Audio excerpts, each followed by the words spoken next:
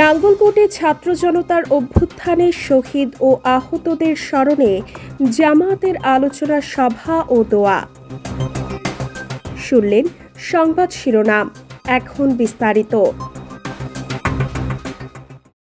কুমিল্লার নাঙ্গলকোট উপজেলা বাংলাদেশ জামাত ইসলামীর উদ্যোগে অফিস মিলনায়তনে গত ১ জুলাই রাতে জুলাই ছাত্র জনতার গণঅভ্যুত্থানে নিহত শহীদ ও আহতদের স্মরণে আলোচনা সভা ও দোয়া অনুষ্ঠিত হয়।